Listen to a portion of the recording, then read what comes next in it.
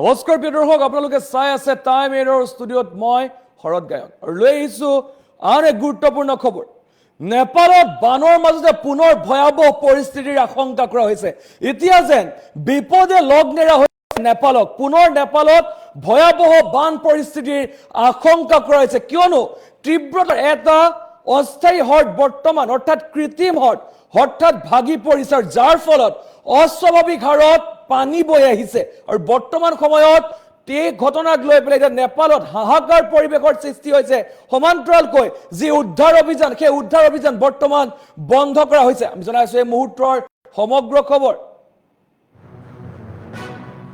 নেপাল তীব্ৰ সীমান্তত ভাগিল কৃত্ৰিম হ্ৰদ ভগা দেখিবলৈ পোৱা গৈছে। নেপাল তীব্ৰ সীমান্তত আৰু নেপালৰ জনসাধাৰণলৈ হাই এলাৰ্ট জাৰি কৰা হৈছে। আগন্তুক কেইটামান ঘণ্টাৰ ভিতৰতে অধিক ভয়াৱহ ৰূপ ধাৰণ কৰাৰ আশংকা কৰা হৈছে।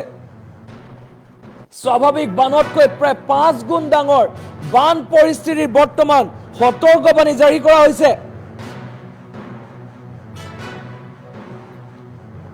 আৰু সমান্তৰালকৈ তীব্ৰতাৰ এটা হ্ৰদৰ পৰা বৈ আহিছে এই পানী আৰু অস্বাভাৱিক হাৰত বৈ আহিছে পানী। আৰু উদ্ধাৰকাৰী দলৰ সুৰক্ষাৰ প্ৰতি লক্ষ্য ৰাখি বৰ্তমান বন্ধ কৰি দিয়া হৈছে উদ্ধাৰ অভিযান। পৰিস্থিতি পূৰ্বতকৈ অধিক ভয়ংকৰ হোৱাৰ আশংকা কৰা হৈছে আৰু সুৰক্ষিত স্থানত আশ্ৰয় লোৱাৰ আহ্বান জনাইছে জিলা প্ৰশাসনে। আৰু বৰ্তমান বিপদে লগ এৰা নাই নেপালক, আৰু নেপালত বৰ্তমান হাহাকাৰ পৰিস্থিতিৰ সৃষ্টি হৈছে। নেপালত এক প্ৰকাৰ হাহাকাৰ পৰিস্থিতিৰ সৃষ্টি হোৱা দেখিবলৈ পোৱা গৈছে। আৰু যিহেতু আজিৰ দিন, যিহেতু ইয়াৰ পূৰ্বে বানে ভয়ংকৰ ৰূপ ধাৰণ কৰিছিল নেপালত, আৰু তাৰ পাছত পুনৰ এতিয়া ভয়াৱহ ৰূপ ধাৰণ কৰিছে নেপালত। আৰু নেপালৰ যি নোৱাকাটা আছে, সেই নোৱাকাটাত বৰ্তমান ভয়াৱহ বানৰ আশংকা কৰা হৈছে। আৰু নেপালৰ জনসাধাৰণলৈ হাই এলাৰ্ট জাৰি কৰা হৈছে।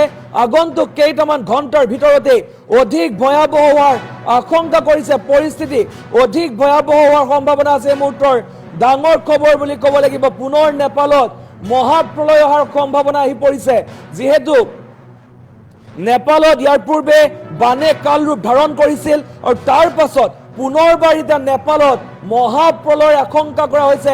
তীব্ৰতাৰ এটা কৃত্ৰিম হ্ৰদত ফাট মেলাৰ পিছতে এতিয়া অস্বাভাৱিক হাৰত বৈ আহিছে পানী, আৰু যাৰ কাৰণে এতিয়া নেপালত ভয়াৱহ পৰিস্থিতিৰ আশংকা কৰা হৈছে।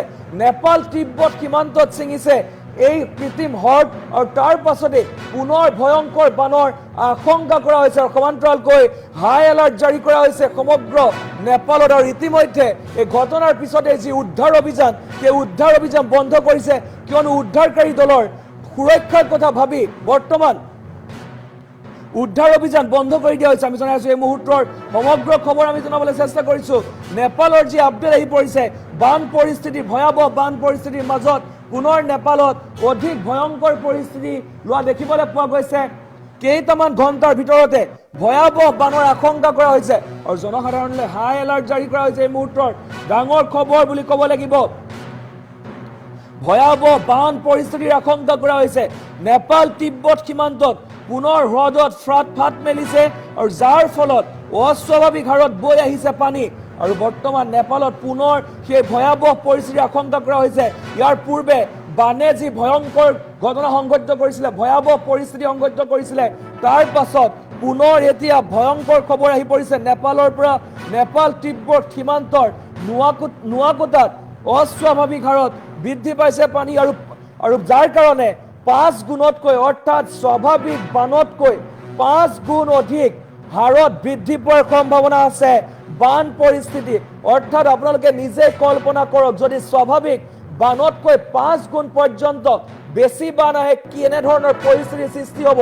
আৰু বৰ্তমান নেপালত হাহাকাৰ পৰিৱেশৰ সৃষ্টি হোৱা দেখিবলৈ পোৱা গৈছে। নেপালৰ জনতাৰ মাজত পুনৰ হোৱা দোৱা লাগিছে, আৰু জিলা প্ৰশাসনে বৰ্তমান সকলো লোককে বৰ্তমান নিৰাপদ স্থানলৈ যাবলৈ অনুৰোধ জনাইছে। আৰু ইতিমধ্যে নেপালৰ যি বান পৰিস্থিতি, সেই অধিক ভয়াৱহ হোৱা দেখিবলৈ পোৱা গৈছে। আমি জনাইছো এই মুহূৰ্তৰ সমগ্ৰ খবৰ জনাবলৈ চেষ্টা কৰিছো। নেপালৰ জনসাধাৰণলৈ পুনৰ এক ভয়ংকৰ ভাবুকি আহি পৰিছে। পুনৰ ভয়ংকৰ ভাবুকি।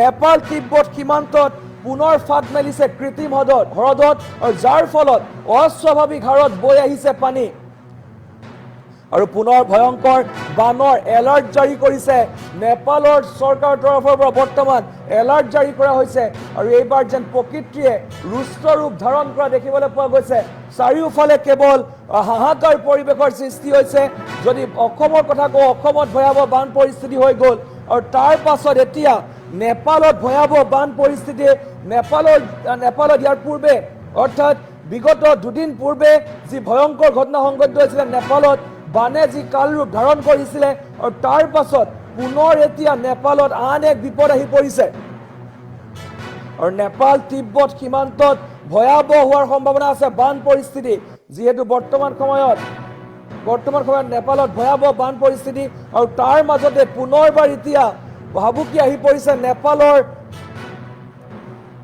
জনতালৈ ভাবুকি আহি পৰিছে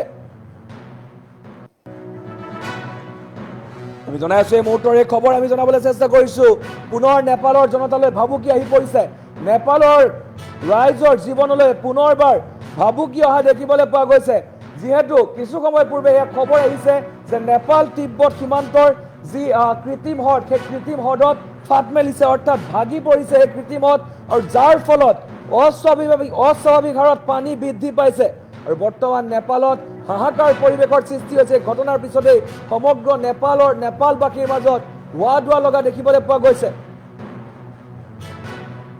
আৰু নেপালৰ ভয়ংকৰ বান পৰিস্থিতিৰ মাজতেই পুনৰ আন এক খবৰ আহি পৰিছে পুনৰ এতিয়া নেপালত ভয়াৱহ বানৰ আশংকা কৰা হৈছে অস্বাভাৱিক হাৰত বৃদ্ধি পাইছে পানী সমান্তৰালকৈ এই যি নেপালৰ ইয়াৰ পূৰ্বে যি বানে তাণ্ডৱ লীলা চলাইছিলে তাৰ পাছত পুনৰবাৰ এতিয়া নেপালত অধিক ভয়াৱহ পৰিস্থিতি আশংকা কৰা হৈছে নোৱাকটাত অধিক ভয়াৱহ পৰিস্থিতি আশংকা কৰা হৈছে আৰু ইতিমধ্যে এলাৰ্ট জাৰি কৰিছে নেপাল প্ৰশাসনৰ তৰফৰ পৰা এলাৰ্ট জাৰি কৰিছে সমান্তৰালকৈ নেপালৰ জনসাধাৰণক নিৰাপদ স্থানলৈ যাবলৈ আহ্বান জনাইছে